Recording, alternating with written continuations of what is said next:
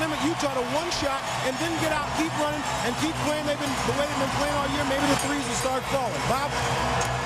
Ahmad thanks. Sacramento in possession as we start the third. Weber with the hook that's short. Russell takes the rebound.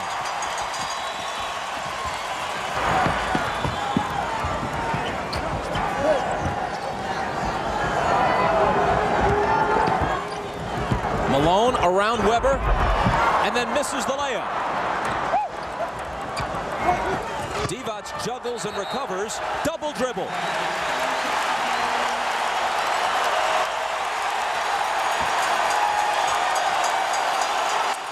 Bob, I didn't know whether he picked this ball up, fumbled it, and then dribbled it again. As we were watching here, Vlade starts to go out. Stockton gets in his way. He starts to dribble it. He really never got that ball to his other hand there. I don't think that's a good call. Russell's jumper increases Utah's lead to 12. The starters for the Kings have got to come through. They faltered at the start. They've got to give them something. And Williamson gives them the deuce. He played this year for $500,000. To most people, a lot of money. Small change by NBA standards. They talked him into doing it so they could get in under the salary cap, and obviously there's a larger reward waiting for him in the near future. Stockton's floater is good. That's his first field goal of the game. He's now 1 for 8, but again, 7 for 7 from the foul line, 8 assists, no turnovers, so he is running this offense to perfection. Divac from Williamson. Hornacek knocked it away, but they get him on the foul, and he reacts in rather theatrical fashion. John Stockton's going to fake the little jump shot as Jason Williams closes out on him, and that little floater off the wrong foot, that little medium range shot that he has perfected through his career. Third foul on Hornacek.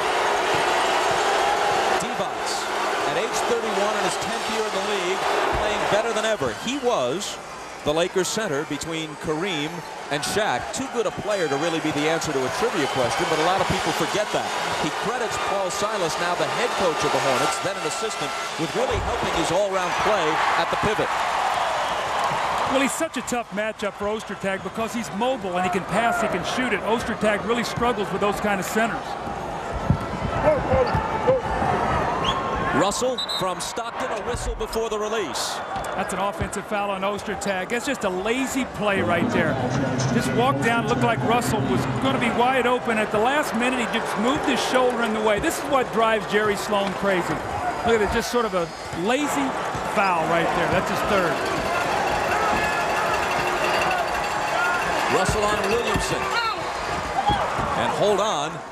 It's Russell who raises his hand. Well, Jerry Sloan talking about a matchup change he had to make in Game 4, putting Malone on Divac and Russell on Weber, said in a not-too-veiled reference to Ostertag, we had to get somebody in there who wanted to compete.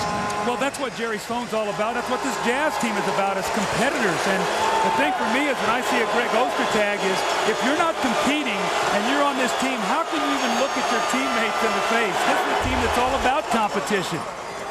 And yet occasionally he'll emerge, as he did in Game 1, 16 points, 9 rebounds, and he can be a shot-blocking force, then he disappears again. You've got to keep him motivated because he doesn't have a great love or passion for the game, so external sources have to get him excited to play. You see him right here with a giveaway and a dunk to Weber. Those are the kind of plays that Jerry Sloan just sort of shakes his head at. Sacramento back to within 8.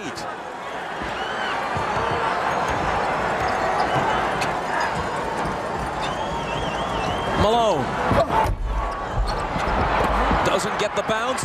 Ostertag has it ripped away by Williamson. Williamson, who played on the Arkansas national champions for Nolan Richardson, out to Divac for 3. Way off the mark and into the hands of Malone.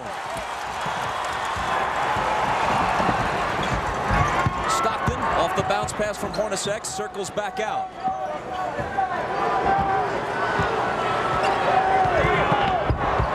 Drive, and finally it's in Divac's hands.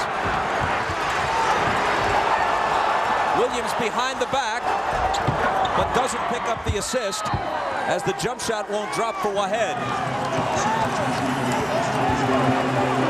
I don't know if simple play is in his dictionary.